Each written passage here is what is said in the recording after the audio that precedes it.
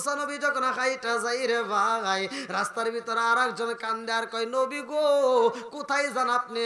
বলে আমি তো যাইতেছি এই মুহূর্তে আল্লাহর সাথে কথা বলতে তুর পাহাড়ে। আল্লাহু আকবার কম।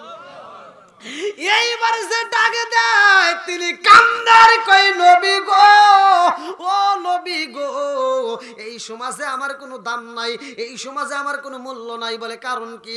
বলে আমার হাত নাই, আমার পা নাই হুজুর, আমি হইলাম প্রতিবন্ধী। এইবার আপনারা বলেন সমাজের ভিতর যার হাত নাই পা নাই তার কি কোনো দাম আছে? কথা বলেন দাম আছে? যার হাত নাই পা নাই এমন ব্যক্তি যদি রাস্তায় বের হয় আর কোনো মূল্য নাই, ওর সাথে ভালো একটা মেয়েও কেউ বিয়ে দেয় না। কথা কোন ঠিক কি না? এই প্রতিবন্ধী কান্দে আর কই নবী গো যাবেন আপনি আল্লাহর কাছে, আল্লাহর সাথে কথা বলবেন তুর পাহাড়ে। নবী গো আমার একটা মনের কথা আপনারে জানাইতে চাই। মুসা নবী কি এমন মনের কথা? এইবার প্রতিবন্ধী কান্দে আর কই নবী গো আপনি আল্লাহর কাছে একটু বইলা দিবেন আমার জন্য, আমার আল্লাহ আমারে কেন বানাইছে? এই সমাজের ভিতরে আমার কোনো মূল্য নাই, এই সমাজের মানুষ আমারে কেউই ভালোবাসে না। নবী গো আমার আল্লাহ আমাকে কেন বানাইছে একটু জাইনা আসবেন, আমার তো না বানাইলেও চলতো। কথা কোন ঠিক কি না? মুসা নবী কয় আল্লাহ গো প্রতিবন্ধী কান্দে যার হাত নাই পা নাই, ওর তো সমাজে কোনো মূল্য নাই, সে কান্দে আর কয় তারে না বানাই তো চলতো, তাইলে কেন বানাইছো? আল্লাহ ডাকে দিয়ে কই মুসা ওই প্রতিবন্ধীরে বইলা দাও আমি আল্লাহ ওরে জাহান্নামে দেওয়ার জন্য বানাইছি। আল্লাহু আকবার কম। জাহান্নামের মালিক কে? একসাথে বলেন কে? আমার আল্লাহ বলছে ওয়াকুদুহান নাস ওয়াল হিজারা, জাহান্নামের জ্বালানি হবে মানুষ আর পাথর। জাহান্নামের জ্বালানি কারা? মানুষ আর পাথর। আমরা মনে করি যে জাহান্নামের ভিতর দিয়ে মনে হয় আমাদের জ্বালাবে না, আমাদেরকে কাষ্ঠখড়ি হিসেবে ব্যবহার করবে। এটা আল্লাহ তাআলা কোরআনে বলছে। এভাবে তো বিশ্লেষণ কেউ বলে না, আমি ভালো ভেঙে ভেঙে বলতেছি। আল্লাহ জাহান্নামের যে লাকড়ি, এই লাকড়ি বানাবে মানুষ আর পাথর। আচ্ছা দুনিয়াতে একটা পাথর দিলে কি জ্বলে? পাথর জ্বলে? একটা পাথর দেখো রান্না করতে পারে না, জ্বলে না। অথচ এই পাথর হবে লাকড়ি আর মানুষ হবে লাকড়ি, এর দিয়ে জাহান্নামের আগুন জ্বালাবে। এবার চিন্তা করেন, অনেকে বলে যে জাহান্নামের ভিতর দিয়ে পোড়াইবো না, আমাদেরকে লাকড়ি হিসেবে ব্যবহার করব। বন্ধুরা রে আমার, এইবার প্রতিবন্ধীর কাছে এসে মুসা নবী কয় প্রতিবন্ধী রে আর কান্দে কোন লাভ হইব না, আল্লাহ তোরে বানাইছে একটা মাত্র কারণ আছে। বলে কি কারণ? বলে তোরে জাহান্নামে দিব। প্রতিবন্ধী কয় আলহামদুলিল্লাহ। মুসা নবী কয় কারণ কি? কয় আমি খুব খুশি। এইবার নবী গো আমার আল্লাহ আমারে জাহান্নামে দিব গো নবী, জাহান্নামের কোন জায়গায় দিব একটু যাই না আসেন। এইবার মুসা নবী কয় আল্লাহ তুমি যেই প্রতিবন্ধীরে জাহান্নামে দেওয়ার জন্য বানাইছো তারে জাহান্নামের কোন জায়গায় দিবা? আল্লাহ ডাকে দিয়া কয় মুসা রে জাহান্নামের একটা ফুটা আছে রে, এই ফুটা বন্ধ করব আমি তারে দিয়া। এইবার মুসা নবী কয় প্রতিবন্ধী কান্দিস না, আল্লাহ তোরে দিয়া জাহান্নামের ফুটা বন্ধ করব। এই প্রতিবন্ধী কয় আলহামদুলিল্লাহ। আল্লাহু আকবার কোন। মুসা নবী ডাক দিয়া কয় পাগলা রে আল্লাহ তোরে দিব জাহান্নামে, আবার তোরে দিয়া জাহান্নামের ফুটা বন্ধ করব, অথচ তুই বলস আলহামদুলিল্লাহ। এর কারণ আছে না নাই? এইবার প্রতিবন্ধী কান্দে আরে কয় নবী গো আমি কেন বলছি আলহামদুলিল্লাহ জানেননি? বলে কেন? বলে এই সমাজের মানুষ আমারে ভালোবাসে না, এই সমাজে আমার কোনো মূল্য নাই, আমার কোনো নাম নাই।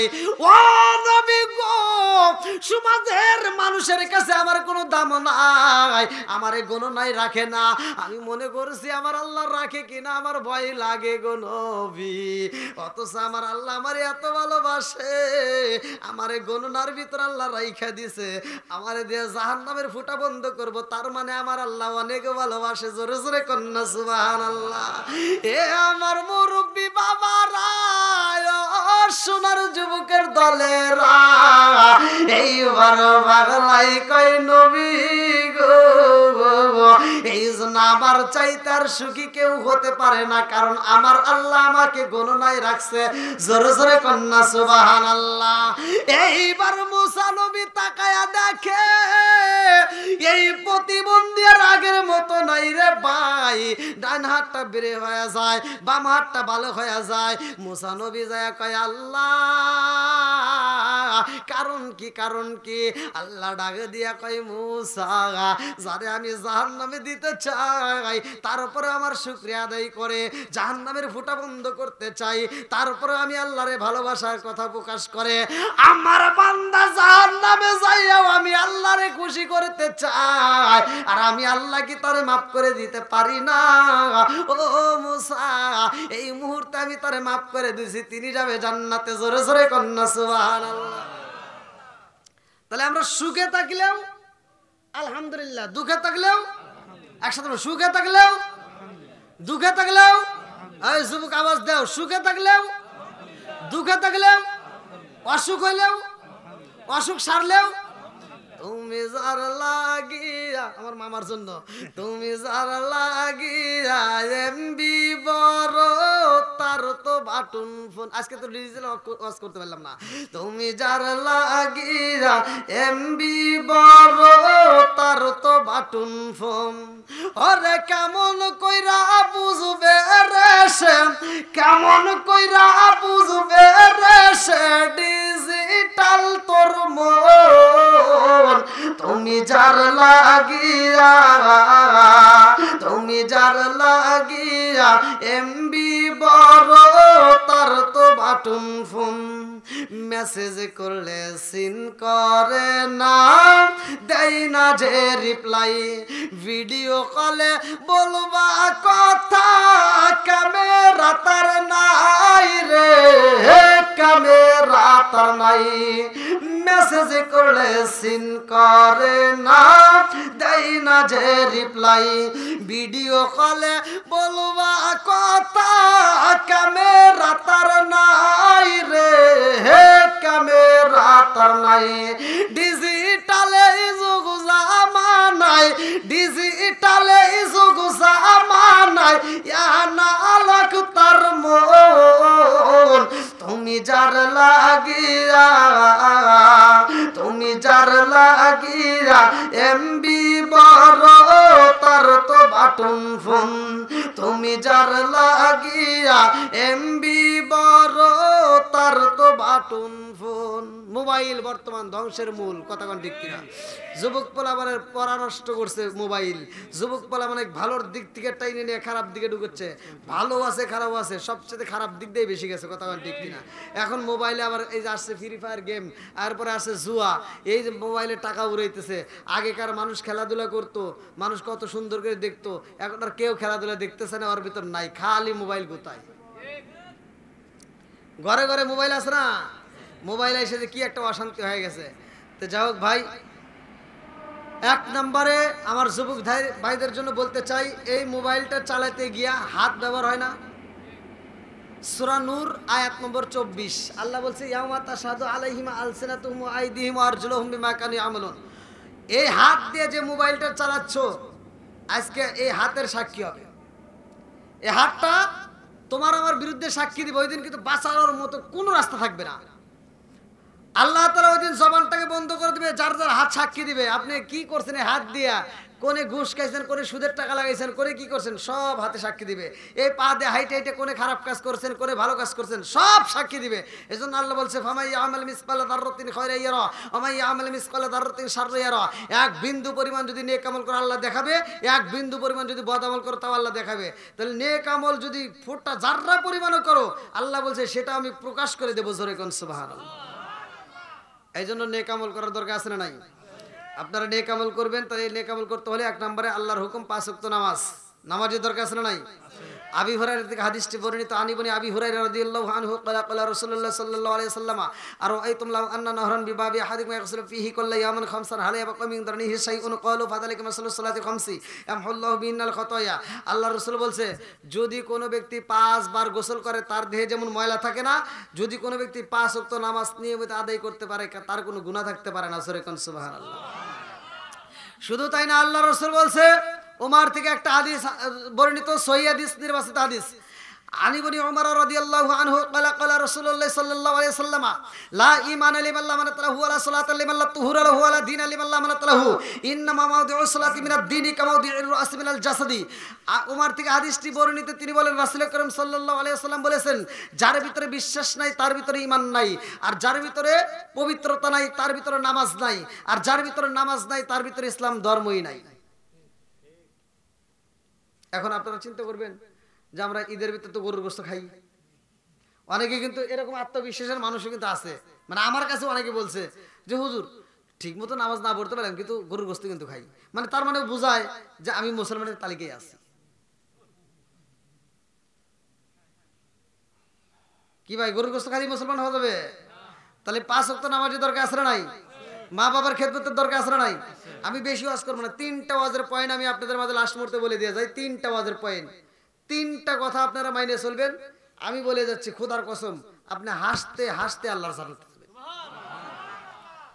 যদি না যেতে পারেন ওদিন আমার ঠেকাইন। আমি 3টা কথা বলে দেবো, আপনি আমল করবেন। 1 নম্বরে নামাজের দরকার আছে না নাই? 1 নম্বরে বলেন নামাজের দরকার আছে না নাই?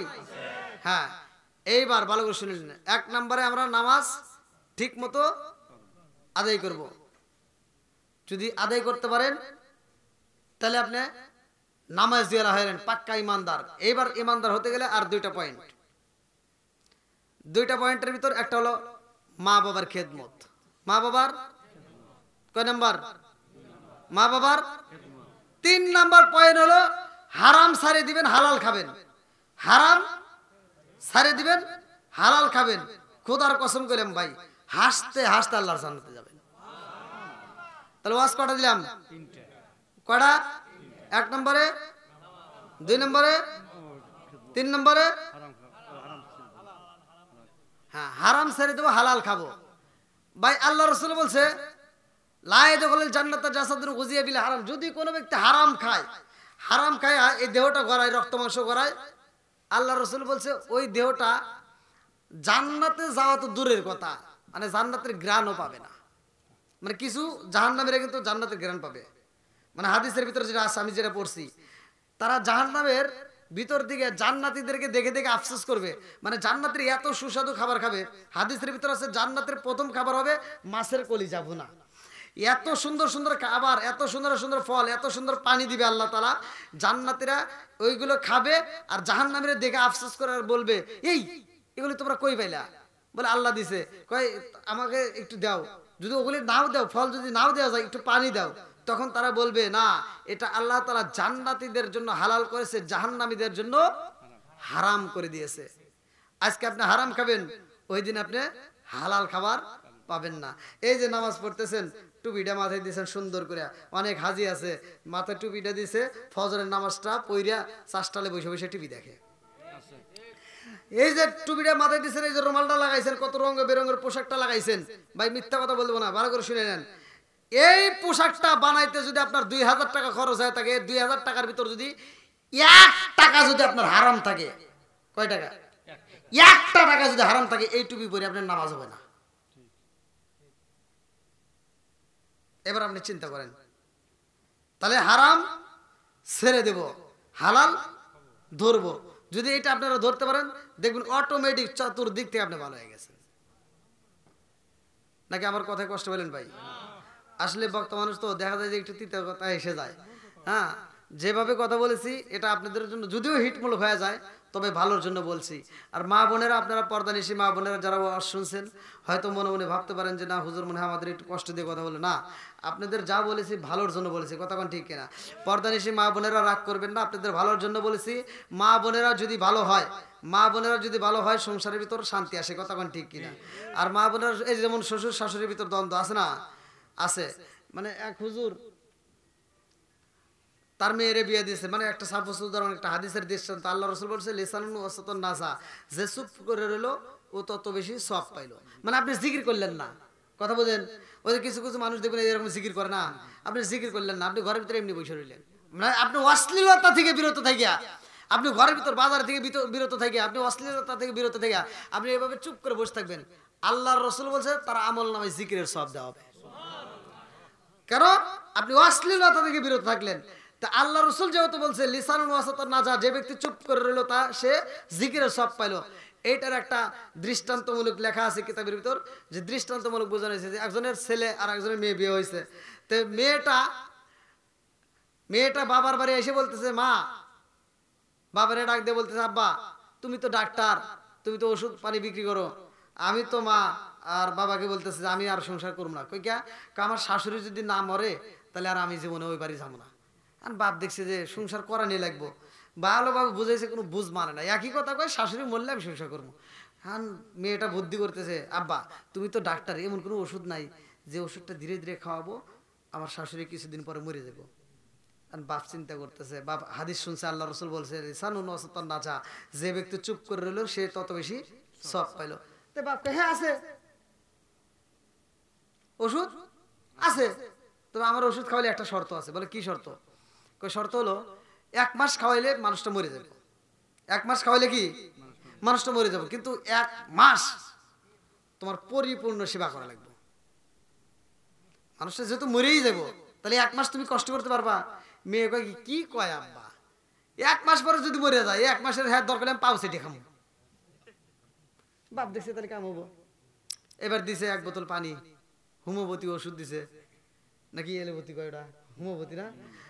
এবার পানি দিয়ে দিছে, আল্লাহ রসুলের একটা মাত্র হাদিসকে অনুসরণ করে ফু দিয়ে দিছে লিসানুন ওয়াসাতান নাজা, যে ব্যক্তি চুপ করে থাকলেও সে ব্যক্তি তত বেশি নাজাত পাইলো। একটা মাত্র বোতলে পানি দিয়ে দিছে যে যাও এই পানি তোমার শাশুড়িকে খাওয়াবা এইভাবে, আর তুমি খাবা এইভাবে। এইবার শাশুড়িকে বাড়ির যায়, আম্মা আপনি গোসল করেন নাই, আসেন আসেন। মায়েরে গোসল করে, শাশুড়ি চিন্তা করছে কিরে বেটার বউ এত ভালো হইলো কোন থেকে? কারণ আছে না নাই? শাশুড়ি তো জানে না যে তাকে মার বেড়াইছে। বেটার বউ গোসল করা দেয়, পায়ের নখ কেটে দেয়, মাথায় শ্যাম্পু দিয়ে দেয়, এই মাথায় তেল দিয়ে দেয়, চুল টিপে দেয়, কত আদর করতেছে। শাশুড়ি চিন্তা করতেছে, হায় হায় আমার বেটার বউ এত ভালো, এই বেটার বউকে আর আমি জীবনে কষ্ট দেবো না। এইবার বেটার বউ সকালবেলা চা নিয়ে এসে কয়, আম্মা চা খান। বউ বেটার বউ যখন চা দেয়, শাশুড়ি মা চিন্তা করে, হায় হায় আমার বেটার বউ এত ভালো হইলো। আর ভালোর কারণ আছে না নাই? হ্যাঁ যে মারবে সে তো আর বোঝে না। বউ যখন 1 দিন 2 দিন 3 দিন যখন চা বানায় দিছে, শাশুড়ি চিন্তা করতেছে আমাকে এত ভালোবাসে আর এই বেটার বউকে আমি কষ্ট দেবো, হতেই পারে না। চালাকি করে পরের দিন শাশুড়ি আগে করছে, ওইটা এবার নিজে আবার চা বানায় কয়, বৌমা ধরো তুমি 1 কাপ চা খাও। বৌমা হায় হায় আম্মা আপনি আমার জন্য চা নিয়ে আইছেন। শাশুড়ি কয়, তুমি আমার জন্য প্রতিদিন কষ্ট করো, আমি কি একদিনও পারবো না? এবার কি ভালোবাসা বাড়তেছে না কমতেছে? কতক্ষণ বাড়তেছে না কমতেছে? বউ শাশুড়িকে যেমন সেবা করে, শাশুড়ি উল্টা, এই তুমি আগে খায় নাও, আমার সাথে বসো। বড় মাছের মাথাটা শাশুড়ি দেয়, শাশুড়ি দাও বউরে, আমি প্রতিদিন খাবো তুমি খাবা না। এই যে শুরু হয়ে গেল মহব্বত। এইবার যখন বাড়তেই থাকে, ও তো ওই যে মেডিসিন খাওয়াইতেইছে, খাওয়াইতে খাওয়াইতে 25 দিন 26 দিন 27 দিন যখন পার হয়ে গেছে, আর ভাল ঠেকে না, আর মাত্র আছে কয় দিন, 3 দিন পরে শাশুড়ি মরেই যাবো। চিন্তা করতেছে, হায় হায়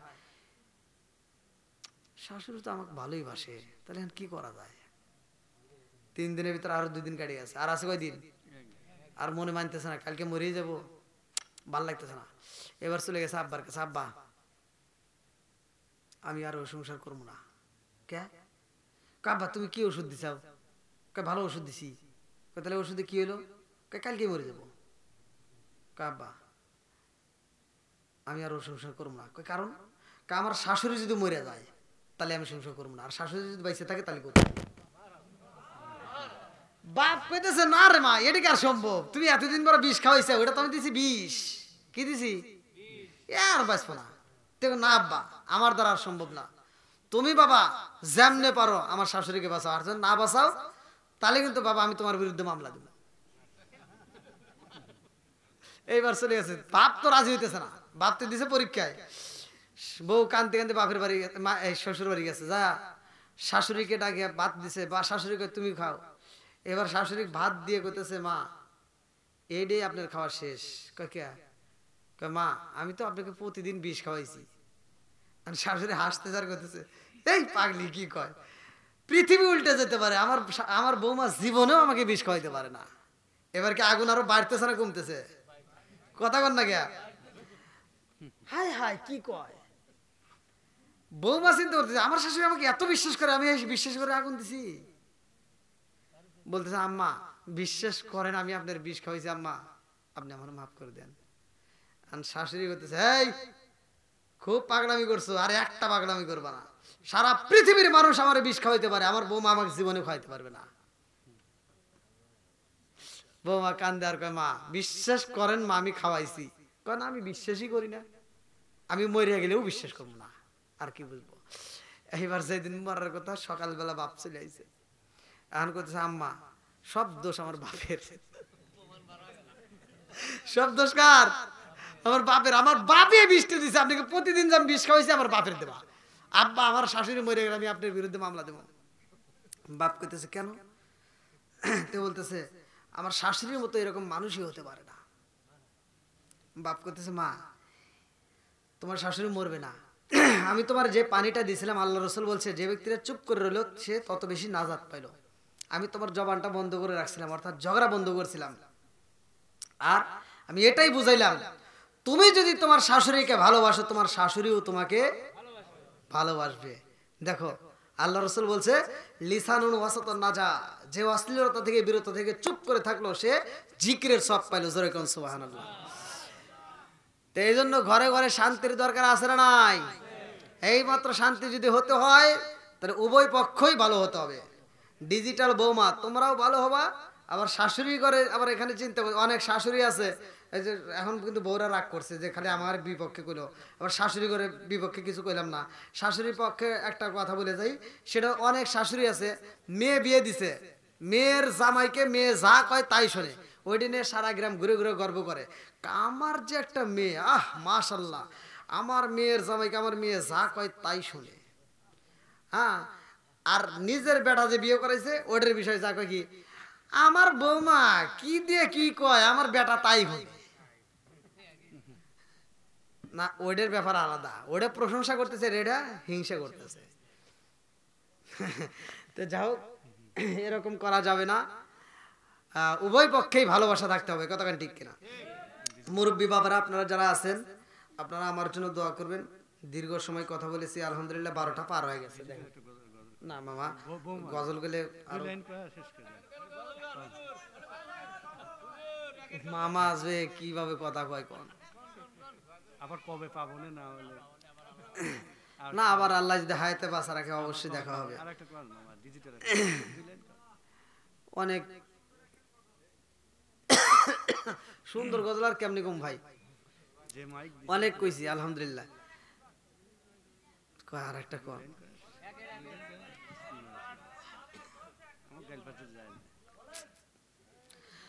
আপনি আমার জানু গো নবীজি আপনি মেহেরবান গো নবীজি আপনি আমার জান নয়নে একবার দেখিলে নয়নে একবার দেখিলে আমরা সুরাইতাম পরায়ণ গো নবীজি আপনি আমার জান আপনি মেহেরবান গো নবীজি আপনি জানের জান ও গো নবীজি আপনি আমার জান আপনারই কারণে গো আল্লাহ সাজাইলেন জাহান আপনারই কারণে গো আল্লাহ সাজাইলেন জাহান আপনারই সম্মান দেখাইতে আপনারই সম্মান দেখাইতে আল্লাহ টানাইবেন মিজান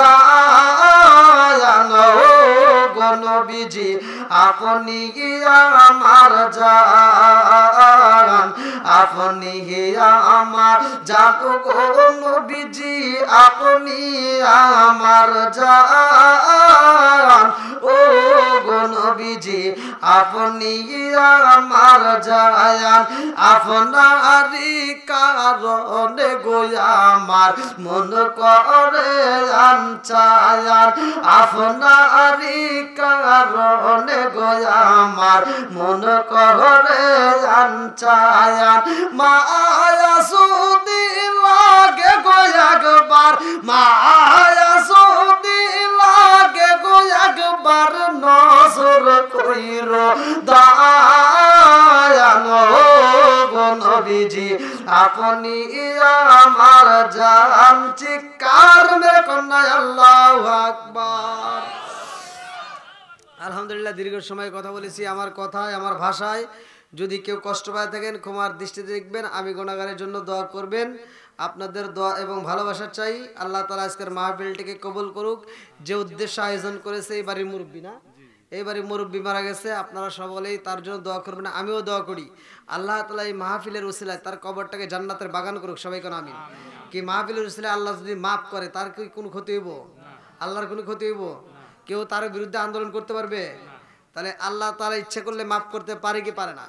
শুধু তার আমি আর ওই মেয়ের বাড়ি যাই নাই, আমি তো অপরাধী।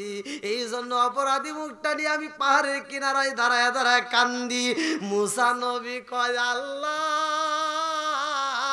আমি জানতে চাইলাম তোমার বান্দারে তুমি কত ভালোবাসো, আর তুমি আমারে কি দেখাইলা?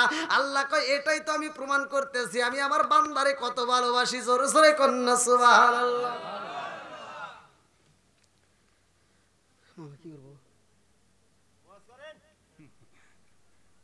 মাইকে তো পারি না, বুঝেন নাকি? মাইকের লেগে নষ্ট হয়ে গেল। এভাবে কি ওয়াজ করা যায়? দেন আমি যে কথা বলতেছি আমার কাছে কেমন জানি লাগতেছে, মানে কর্কশ কর্কশ মনে হচ্ছে। মাইক ভালো হলে আজকে যে ওয়াজ হলো না।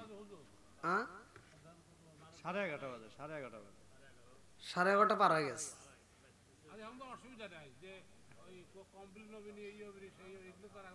না তা নাই। জি জি, হ্যাঁ হ্যাঁ, এই যে দেখছেন, এই যে রাশিয়া কয় পুরান চাউলে ভাতে আই দেয়। দেখেন এই যে মুরব্বীদের কথা, আলহামদুলিল্লাহ। মানে এদের দিকে তাকালে দেখেন একটু চোখে ঘুম নাই। আমার সাউন্ড সিস্টেম মানে মাইক একটু ভালো থাকলে তাই ভালো হতো আর কি। আর এখানে মাইকেলা কিন্তু দোষ নাই। আবার মাইকেলা ভাই আপনি নাকি, আপনি আবার মনে করতে পারেন যে হুজুর মনে হয় আমাকে করতে, না, এটা মাইকেলার দোষ নেই। এটা লোক মাইকেলাকে যেরকম আমরা বাজেট দেই ঠিক সেরকম সে বাজেট করে। আরে যদি বলি যে এখন আপনি সাউন্ড সিস্টেম করেন, এ কিন্তু সাউন্ড সিস্টেম এর সাথে 1000 গুণ ভালো করতে পারবে। আর বাজেটের উপরে কথা। আর মাইকেলা ভাই আবার আপনি মনে কিছু নিন না, আপনার কিন্তু এর দোষ নাই। হ্যাঁ, আমি কোনো সাউন্ড সিস্টেমের লোককে আমি মানে বলি না, কারণ প্রত্যেকটা প্রোগ্রামে, প্রতিটা প্রোগ্রামে সাউন্ড সিস্টেম যারা থাকে এরা যদি একটা মাইকও দেয় তাও তারা চেষ্টা করে যে সবচেয়ে ভালো সার্ভিস দেওয়া, আর একটা বক্তাও চেষ্টা করে ভালো সার্ভিস দেওয়া। এই জন্য সাউন্ড সিস্টেমের লোক আর বক্তা এরা দুজনের একজনে ফাঁকি দিতে চায় না, দুজনেই কিন্তু খুশি করতে চায়। তো যাই হোক, আসলে সাউন্ড সিস্টেমের উপরে কথা বললে একটু বেশি ভালো হয়।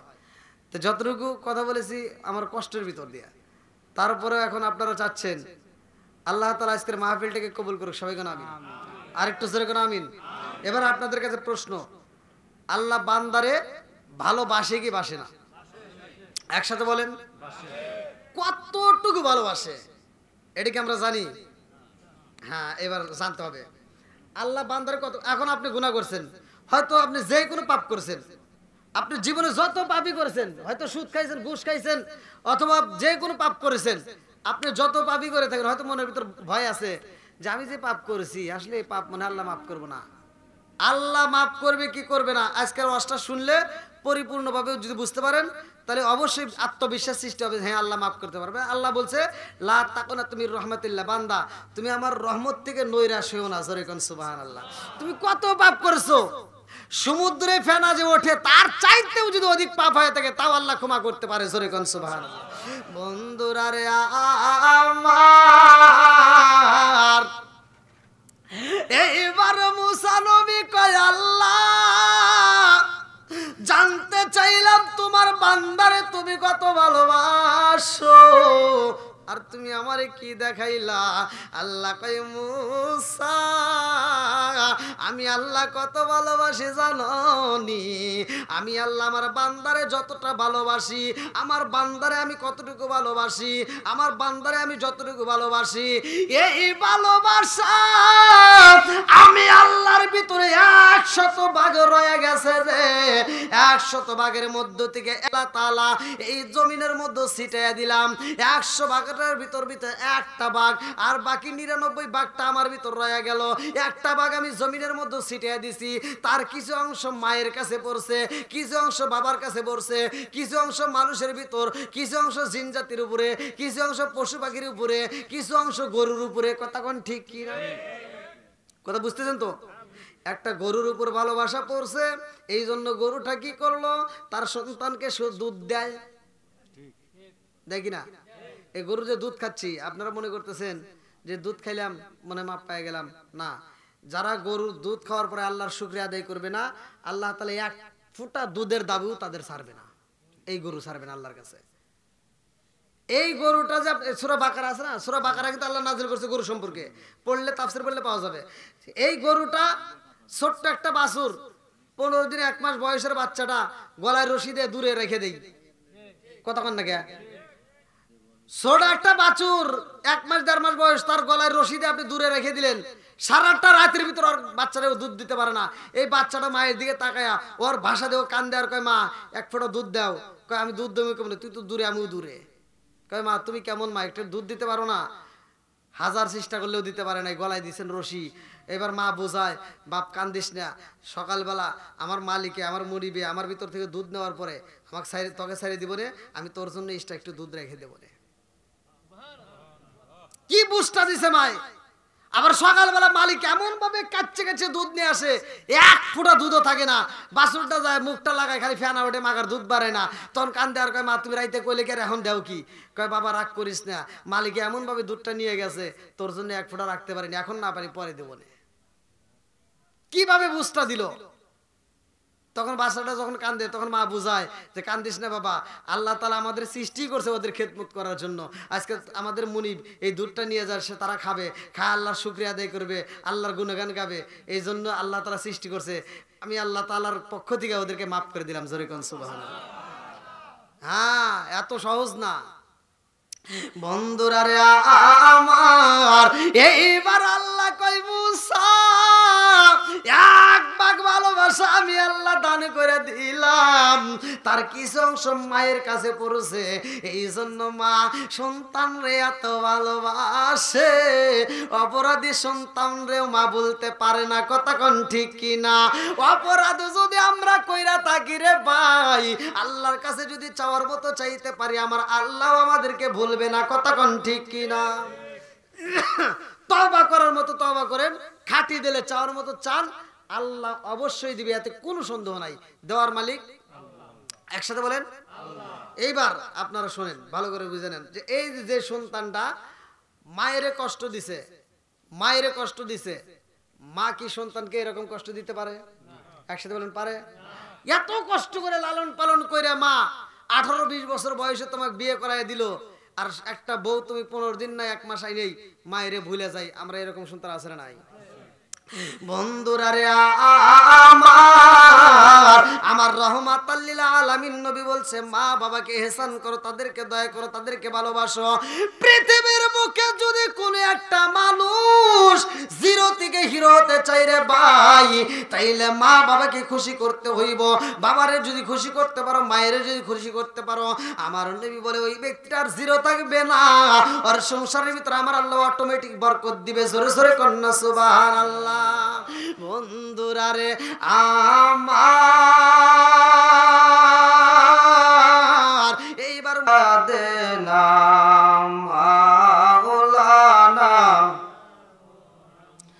আরে বুঝলি না রে কপাল পুরা দয়াল নবীর শান খাই খাই বুঝলি না রে কপাল পুরা মায়ার নগল তামাম জাহান বুঝলি না রে কপাল পুরা মায়ার নবীর শান খাই খাই বুঝলি না রে কপাল পুরা মায়ার নবীর শান ওই নবীজির প্রেমে পাগল ওই নবীজির প্রেমে পাগল আল্লাহ জি মোহাগান বুঝলি না রে কপাল পুরা দয়াল নবীর শান লা ইলাহা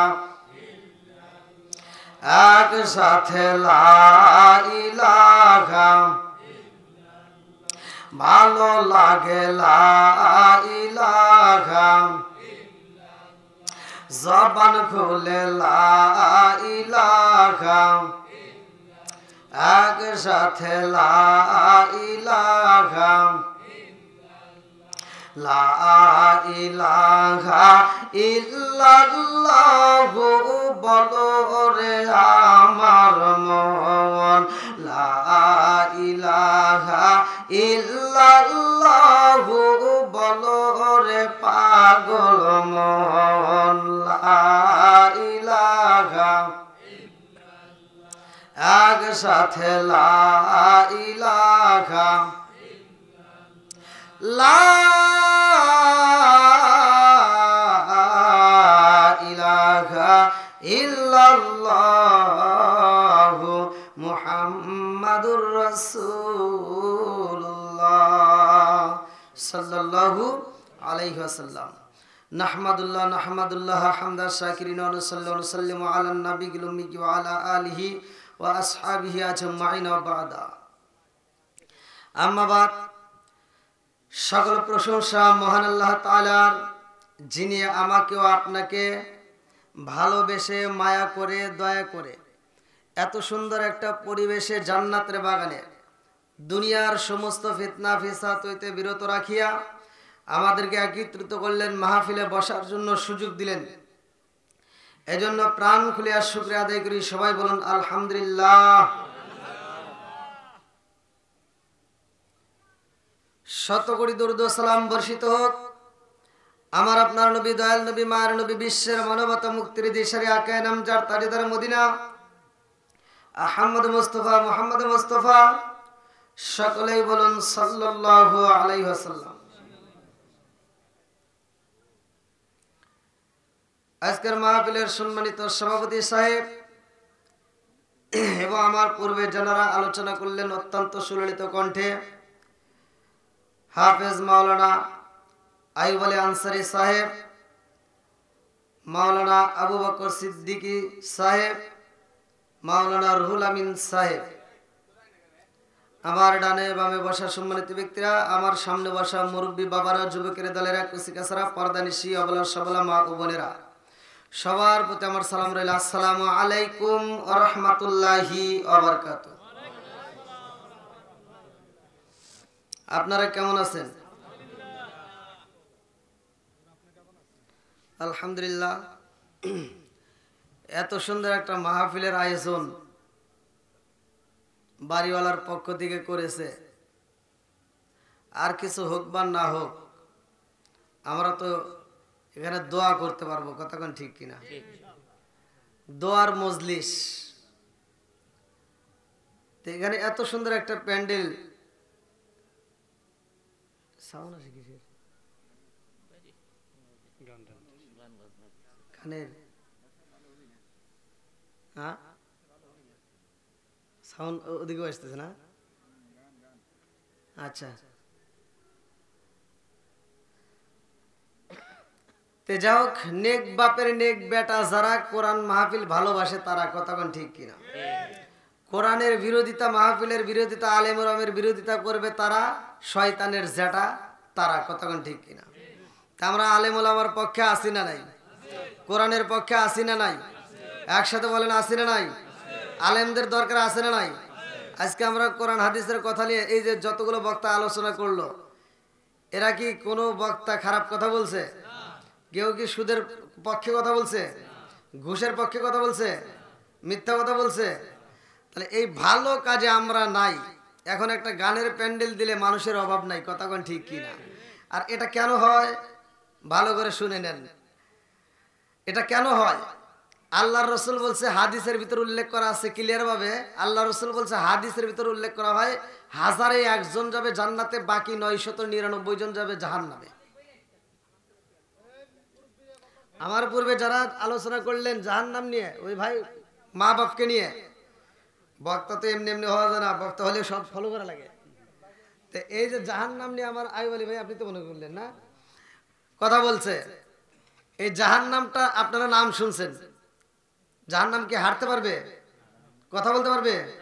এটাও তো আপনারা জানেন না। হাদিসের ভিতরে আছে জাহান্নাম হারতে পারে, কথাও বলতে পারে। নাম শুনছেন? এত সহজ না।